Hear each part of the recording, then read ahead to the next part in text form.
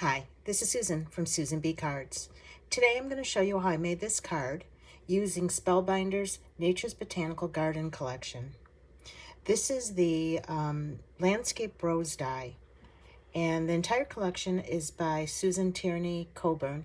And if you know her work, she makes these beautiful dies for Spellbinders that look like real flowers once you put them together.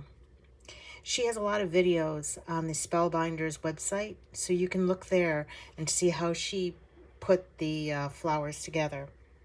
Now, I watched that video first, and then I just colored the flowers the way that I wanted to. To start with, I took the dies, and here are all the dies that are included in the set. And on the dies, it tells you how many times to cut each one. So this one says ×2. So I cut it twice. This one is cut once.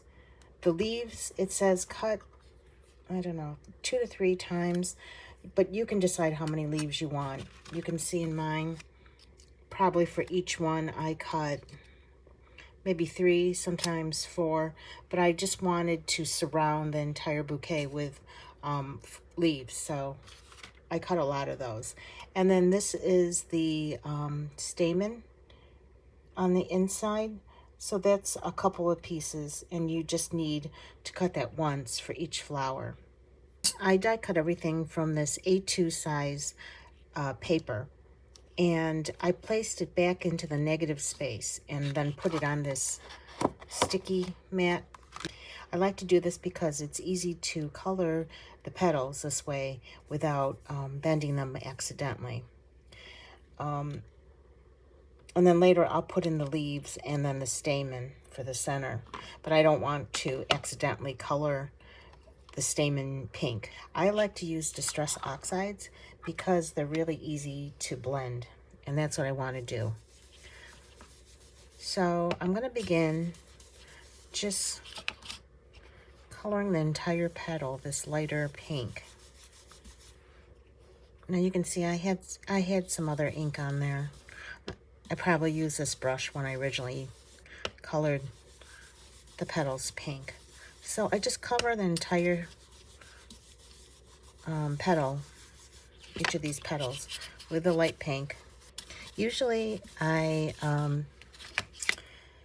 color the entire petal the light pink, and then I go back and working from the center out, I put the dark color, and then the edges are lighter. But in this flower, I did a bit of the opposite. You can see most of the petal is light pink, and then just the edges start to get darker on each of these. So I have 3 shades of pink here: the Spun Sugar, Kitsch Flamingo, and then the darkest, which is Picked Raspberry.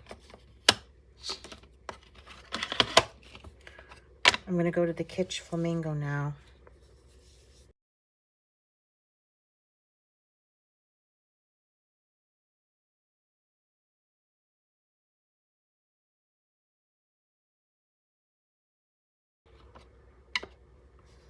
And then the Picked Raspberry last.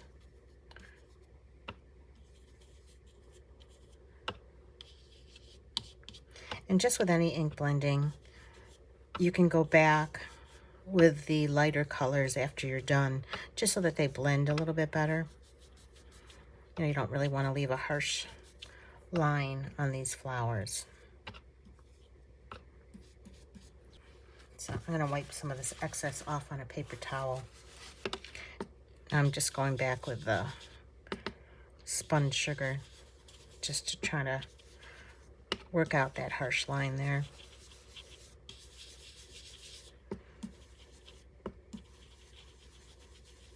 Okay, so that's good. Now you have to do the back as well, because after you give the flowers some dimension, you can see a bit of the back of the petals. So it looks nicer if you just at least color it with the lightest color. You know, if you don't really want to go through and do the entire thing again, at least do the light pink, and then maybe a little bit the, you know, tips or whatever.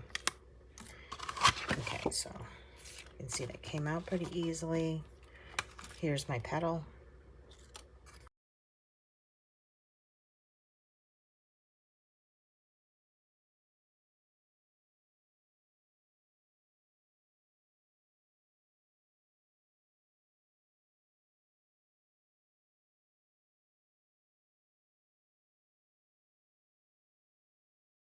Unfortunately, I have a hard time finding these Brutus Monroe sticky mats. I think it's called a stamp and stick mat anymore, but they do make one for Simon Says Stamp that has Simon's name on it rather than theirs. So I mean, I've even looked on the Brutus website and I don't see them anymore, so I'm not exactly sure what happened to them. But a lot of people use different kinds of mats to color their die cuts. You know, there's one by Waffle Flowers and Altenew. But this one is an inexpensive one, and I liked it.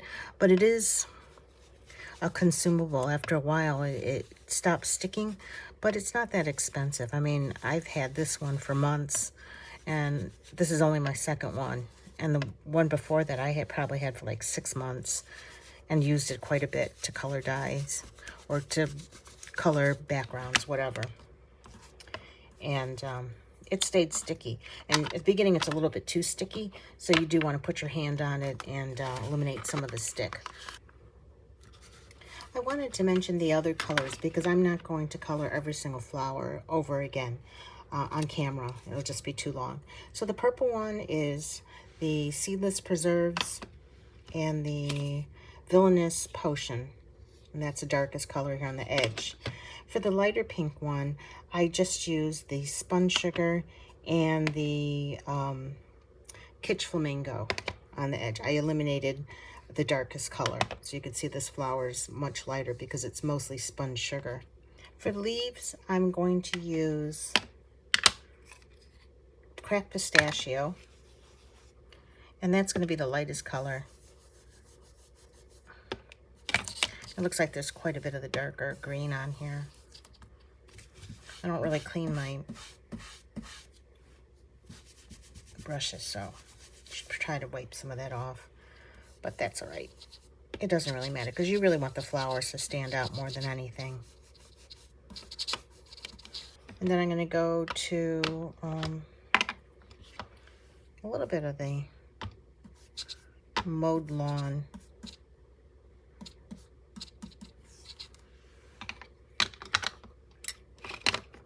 And then quickly do some of the Rustic Wilderness.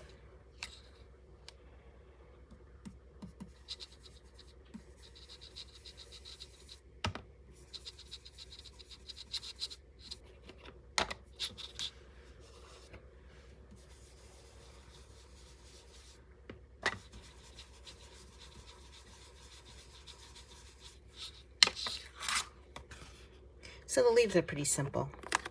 They don't stand out. They're just like a nice dark background for these pretty pink flowers. So I'll do the same thing where I'm gonna flip them and then color the back side as well, but I wanna go ahead and do the stamen too. For the stamen, I'm using Distress Oxide again, and this time in Squeeze Lemonade. That's gonna be the main color on all the yellow pieces. And then a little bit of the Fossilized Amber around the edges. And then the tips with a little bit of Ripe Persimmon. This is a little bit harder to do with this big brush. I probably should have gone through and gotten a little bit smaller one, but it'll be okay. So you can see here the color. Then I'm just going to go take this off and do the same thing where I color the back of these pieces exactly the same way. Now I'm going to form the flowers, and I'm using the Sizzix Shaping Kit. Spellbinders has a Susan Tierney-Cockburn one as well. This is what I had. I don't have the other one. But if you watch Susan's videos, she shows you how to use her tools. I'm starting with the smallest blossom petal here, and I'm using the smallest stylus. You might even have one of these styluses in your stash. You can use them for scoring paper, things like that. This one has a real fine tip on it. And what I'm doing is I'm just firmly pressing onto the edge of the petals to give it a little bit of shape. On this one, I'm going to use the other end of the small stylus, and it's a little bit bigger just to shape the petals.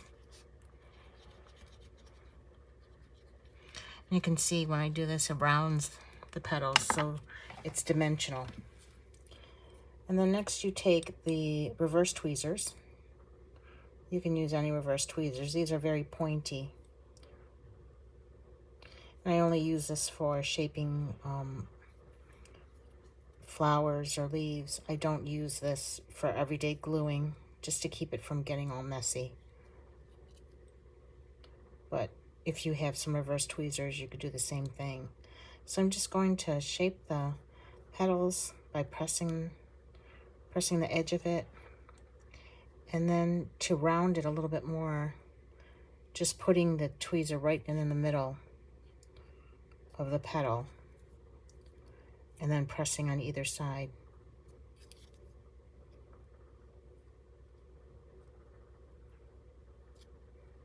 So, and there you go.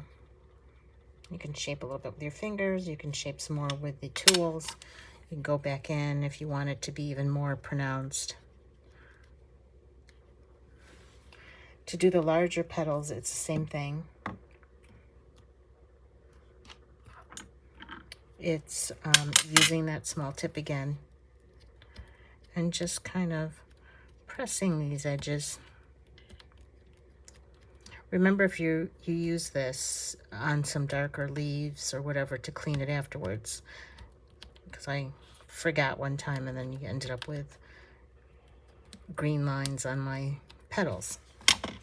So again, the same thing.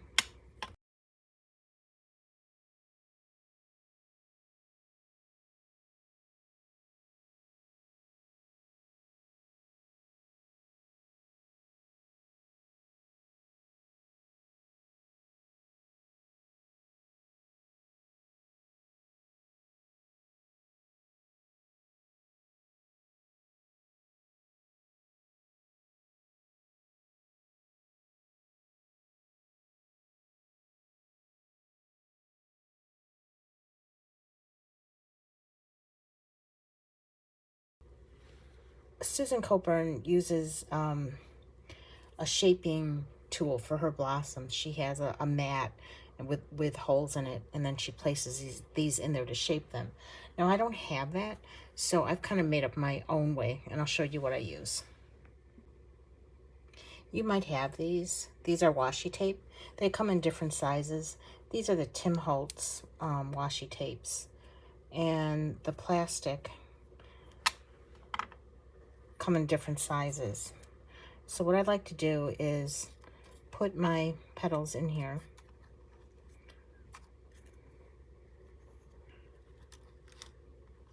And this is just going to help shape the flowers so they stay. You can see already how it looks like a shaped flower. So to do this, I take a little bit of glue. Just put some in there. And you want to offset the larger ones.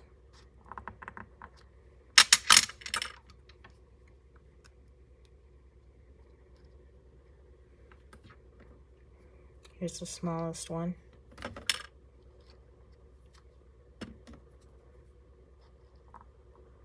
Be sure if you get any glue on your stylus, you wipe that off.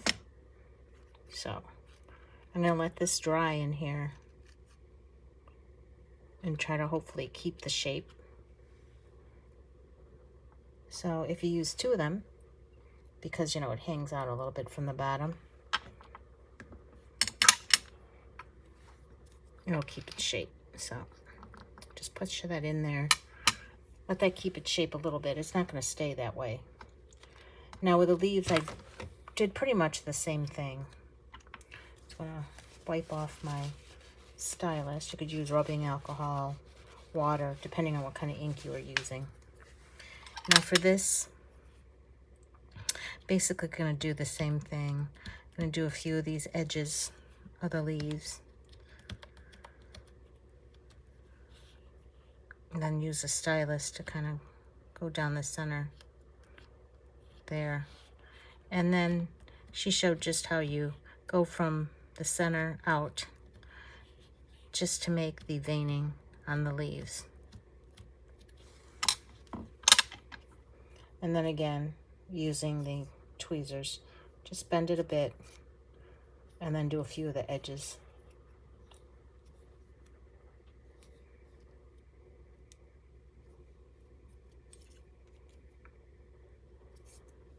And there you go.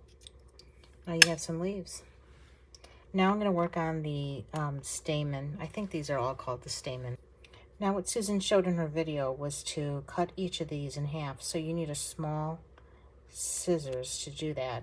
Just carefully go down the center without cutting off the stamen.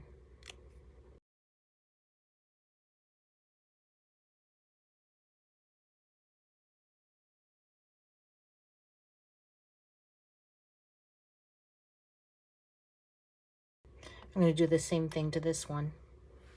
So I'm not going to bother showing you that. Now I'm taking this innermost piece of the stamen and I'm gripping it by the little handle there. Just put a little bit of glue right here. And then start to turn it inwards. Now I'm probably going to get just a bit of glue on this, so I'm going to have to wipe that off with some rubbing alcohol later. After I said I never use glue with this, I do. Okay, and I'm just putting it near the edge and just holding that for a second. Now these are all cut, and these will just get glued, dropped in there. Put some more glue in the center.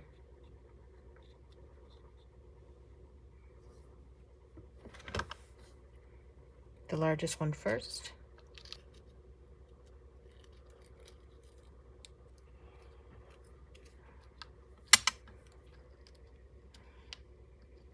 It's hard for me to see this with the camera in front, so hopefully it's going to end up in the right place.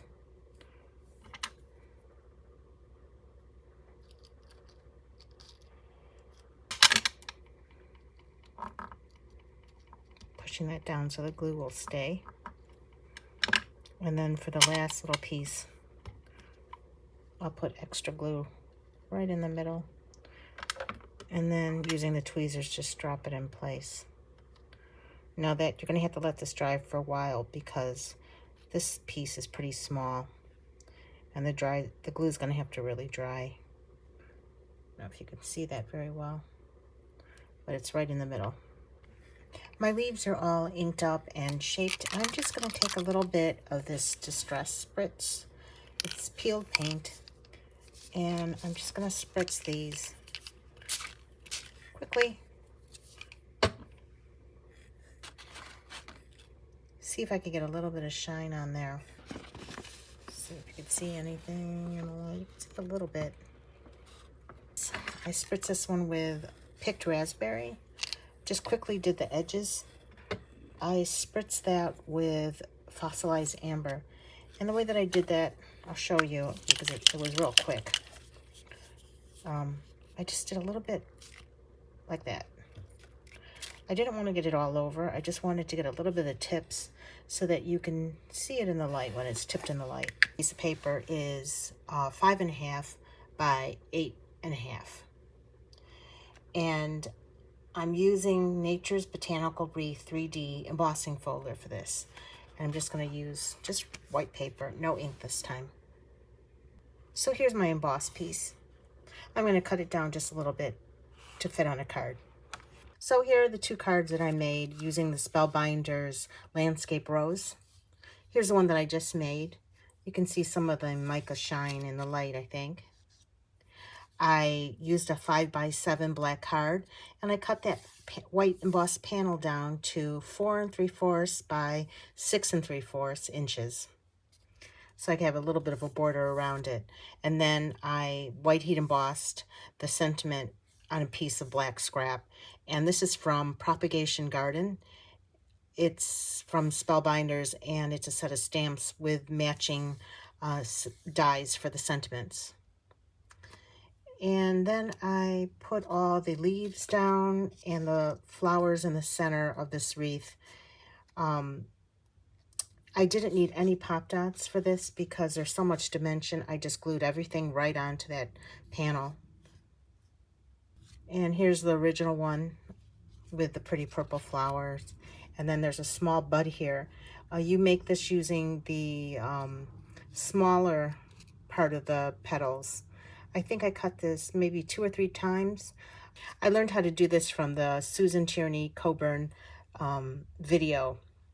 And that's on the Spellbinders channel for the landscape rose. So that's a cute little addition. So that's it. Those are my 2 cards. Thank you for watching my video. Please like, comment, and subscribe.